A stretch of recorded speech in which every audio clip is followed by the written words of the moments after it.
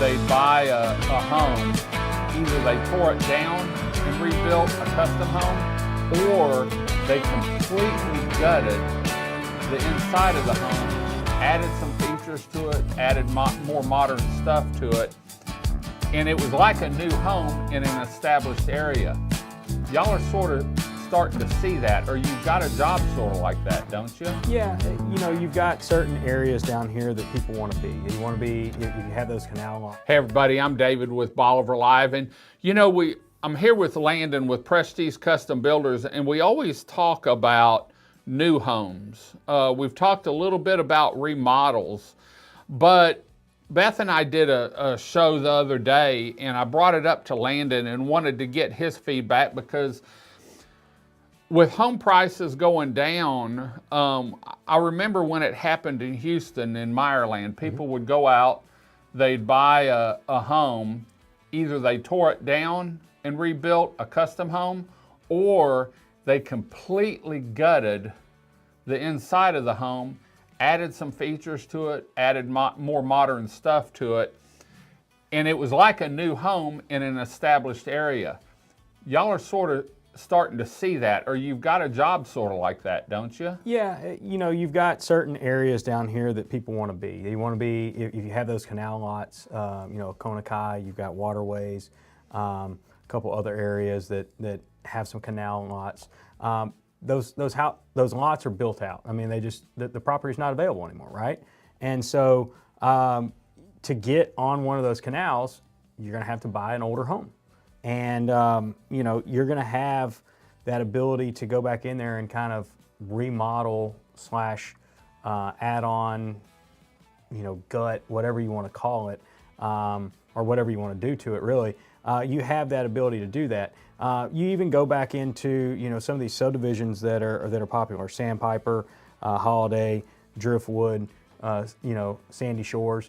You've got homes in there that, you know, right after Ike, were put right back. Mm-hmm. And, you know, we're going to be coming up on, what is it, 15 years, 16 years now. And so as you get it to that time frame in which there's going to need to be remodels, people want to be in those areas that everybody really likes. Emerald. Established subdivisions, Emerald 1, Emerald 2, you know, two other subdivisions that people really like to be in. And they want to be as close to the water as possible. But whenever you get that 15, 16, 17-year-old home, things need to be updated, things need to be done to it. You're going to want to, you know, the way that we do things now versus the way they were done 15, 20 years ago, construction-wise, are two totally different ways. You know, you may have an 8-foot plate or a 9-foot plate, and people want 10-foot plates, or you may get a situation where you know, even on windows, you want it just opened up, like you just want big open rooms. And that wasn't always the case the way things were designed back then. So you're going to see things starting to move in those areas and get remodeled slash gutted slash, you know, add-ons to it. I get a lot of calls where people will call me and say, hey, we want to add an extra bedroom onto this house. Sometimes it can be done, sometimes it can't. You need to check with, you know, what your septic system was set forth, your build lines, different things like that. But if you can't do it, then they just want to open it up. They want to make it more open feel. They want to make it brighter. They want to make it lighter. So we're seeing phone calls for that. You know, the project we spoke about, you know, on a previous show was over off of Boyd Road. It's on a canal lot. They love their lot. They've owned it pre-Ike. They just wanted it new. And so we took it all the way down to the studs, both inside and out, and all new siding. Yeah, because even the siding, you know, gets Hardy old. plank wasn't that big back then, and now you can get all kinds of different designs. Well, not only that, but it's just some of the materials that were used were quote-unquote hardy, but they weren't hardy. Right. They were more of a cardboard-based material, and it's a different type of material. You can see the deterioration on it. And so, you know, it just, going back to it, it's just basically just trying to recreating whatever it is that they want. And, you know, down here, people want to be as close to the water as they can, but that property, a lot of that property is taken up. So you're gonna have to find a different way. Either you're gonna have to be okay with being further off, or you're gonna have to buy one of those properties and redo it. Remodel. And so, you know, a lot of people don't like to mess with remodels. We enjoy it. We take a lot of pride in it. We you know, it's something that we've done over the years a lot. And so when we come back to that, we have no problem doing that. We talk about this every time around this time of year is now's the time to remodel. So if you're looking at one of those homes, you know, it can be done. It can be done of you know, stripping it all down and restarting, you know, making sure that you're doing it correctly. I mean, like this is, you got to get an engineer involved when you start moving doors and windows, you start changing out siding, you know, you start doing those things, you got to get the engineer involved. And so that goes back to when we talked with Chandra a couple months ago, from Aaron and Franklin. It goes back to what we're doing right now. It also goes back to talking with someone that actually knows what they're doing and does this on a daily basis, making sure that you don't remodel this house and then it not be correct. And then, you know, you can't get your windstorm insurance. Or they look at it and say, oh, you changed out all the windows and siding. That's great. Who did the WPI 8? You know, like, who did the inspections when you changed this out? Oh, you didn't hire anybody? Okay, well, now you're not insurable. So making sure you have that and know somebody that knows what they're doing and knows what they're talking about, that goes a long way.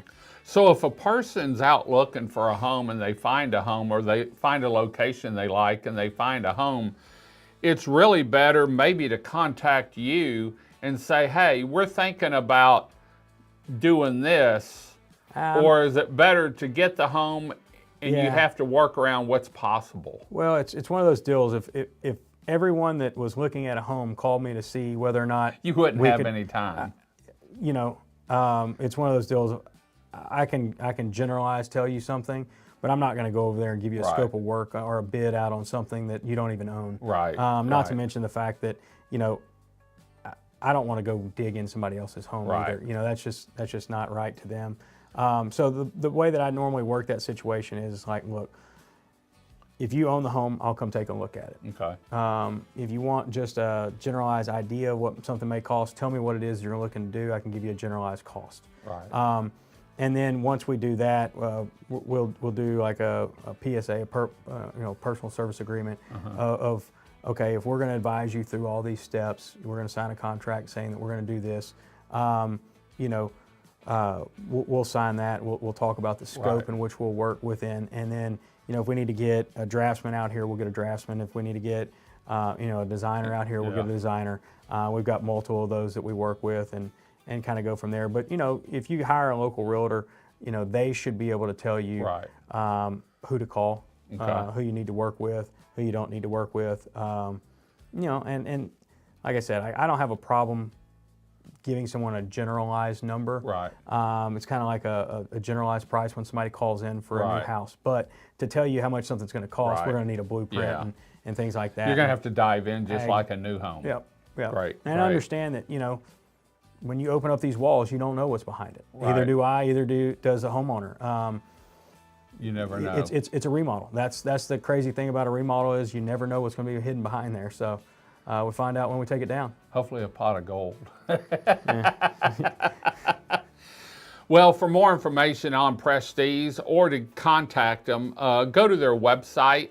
You can do the contact form there, and that way it's easy for them to get hold of you, and you've got tracking on contacting them. And it starts the communication between Allison and yourself and then Landon, and they can set up meetings, whether it's here, online, over a phone call. They really do a great job at accommodating their customers. So Landon, thanks for joining us. Until next time, I'm David with Bolivar Live. Y'all have a great day, great week. Come see us. God bless, and bye-bye.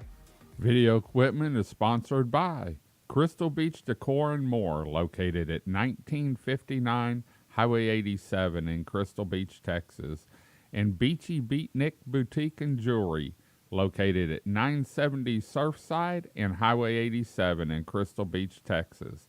Thank you to these two businesses for being our 2025 video equipment sponsor for Bolivar Live.